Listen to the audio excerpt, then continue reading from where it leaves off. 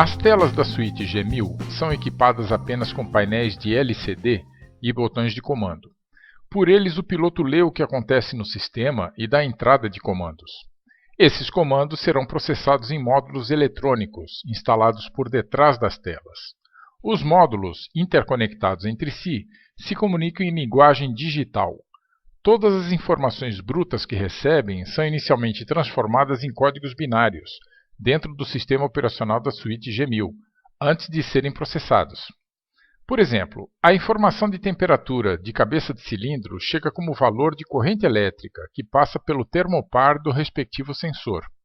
O módulo GEA, Garmin Engine Airframe, recebe, apresenta e processa tal temperatura.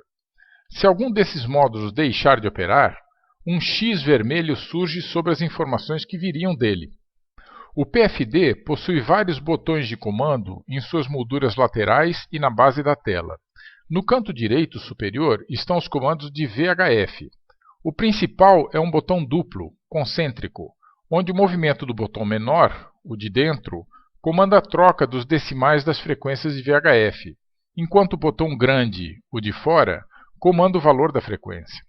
Se quisermos inserir 119.8 no VHF1, por exemplo, usaremos o botão menor para ponto 8 e o maior para 119. Ao fazê-lo, essa frequência surge no campo de standby, mas não opera enquanto o piloto não a lançar no campo ativo. Se desejar operar o VHF2, basta apertar o centro do botão menor, o de dentro, e a janela de seleção desce para VHF2.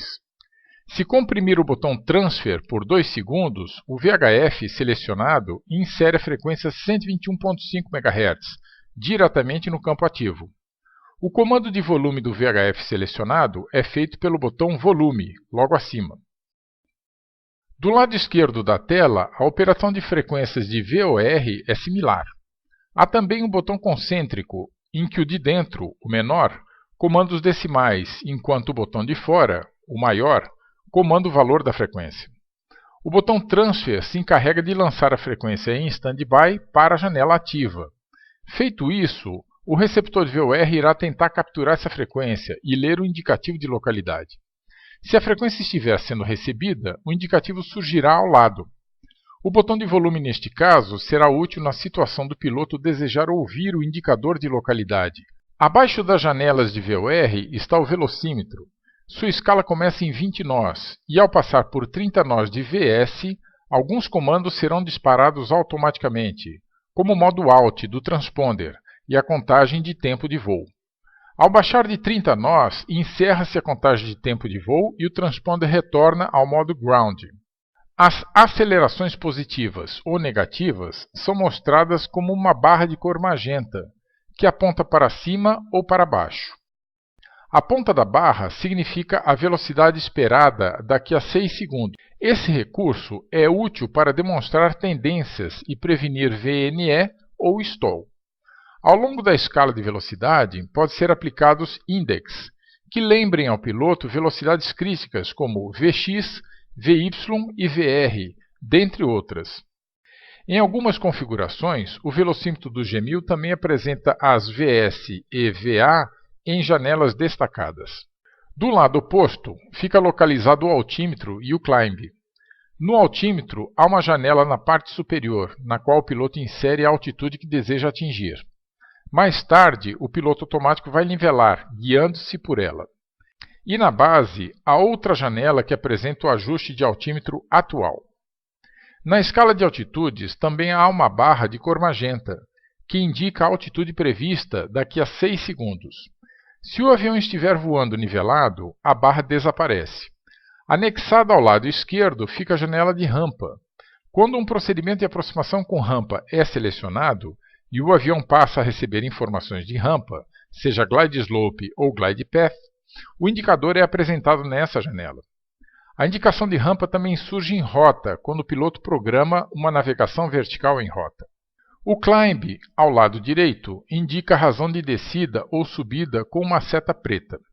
No topo da escala pode surgir uma janela de altitude programada para o próximo waypoint, durante a navegação vertical, que falaremos mais à frente. Ao centro do PFD há o HSI, Horizontal Situation Indicator. Sobre ele é desenhado um CDI, Course Deviation Indicator, que recebe indicação de uma das três fontes de navegação, ou GPS, ou VOR1, ou VOR2. Quando for guiado por GPS, sua cor é magenta. Será verde se for guiado por alguma frequência de VOR ou ILS. E a cor verde vai tingir as frequências de VOR ou ILS quando alguma delas estiver associada ao CDI. Por detrás do CDI podem ser aplicados dois ponteiros que auxiliam na navegação, fornecendo linhas de marcação. Os ponteiros Bearing 1 e Bearing 2 podem, cada um, apontar para o próximo waypoint, se selecionados em GPS ou para a antena de VOR, ou ainda para um NDB ou rádio comercial AM, se selecionada a opção ADF, e o receptor do G1000 estiver capturando o sinal correspondente. O CDI pode ser apresentado em duas formas, 360 graus ou arco. Em arco, os ponteiros de bearing estarão desabilitados. Logo acima do HSI está o horizonte artificial. O ponteiro que indica a inclinação tem uma base branca destacada, que indica a coordenação do voo. Descoordenado, a base do triângulo se desloca para o lado que o piloto deve pressionar o pedal de leme. As indicações de atitude provêm de um sistema chamado EIRAS. Ele é composto de três módulos. O A, de Air Data Computer, que lê a pressão do ar que entra pelo tubo de pitot e tomadas estáticas. Esse módulo também envia informações digitais para velocímetro, altímetro e climb.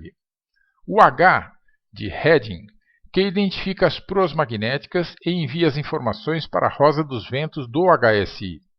E, finalmente, o R, de Reference. Esse módulo sente os movimentos do avião em seus três eixos. Utiliza três bobinas de fibra ótica, pelas quais flui uma luz de laser.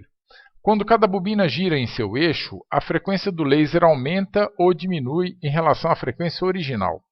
E as alterações são sentidas pelo conjunto, como indicação de variação de atitude. A troca de informações entre esses três módulos garante que a imagem do horizonte artificial vai refletir com precisão a atitude do avião. Quando a bateria do avião é ligada e o PFD recebe energia, um teste inicial do EIRAS é realizado e a tela permanece escura. Nesse momento, as asas devem estar niveladas. Se o sistema for reinicializado em voo por qualquer motivo, o piloto deve manter as asas niveladas até o horizonte surgir desenhado na tela. Por hora ficamos por aqui. No próximo módulo, iremos descrever os demais comandos do PFD, bem como seus recursos de Movie Map, plano de voo e operação de transponder. Fique com a gente!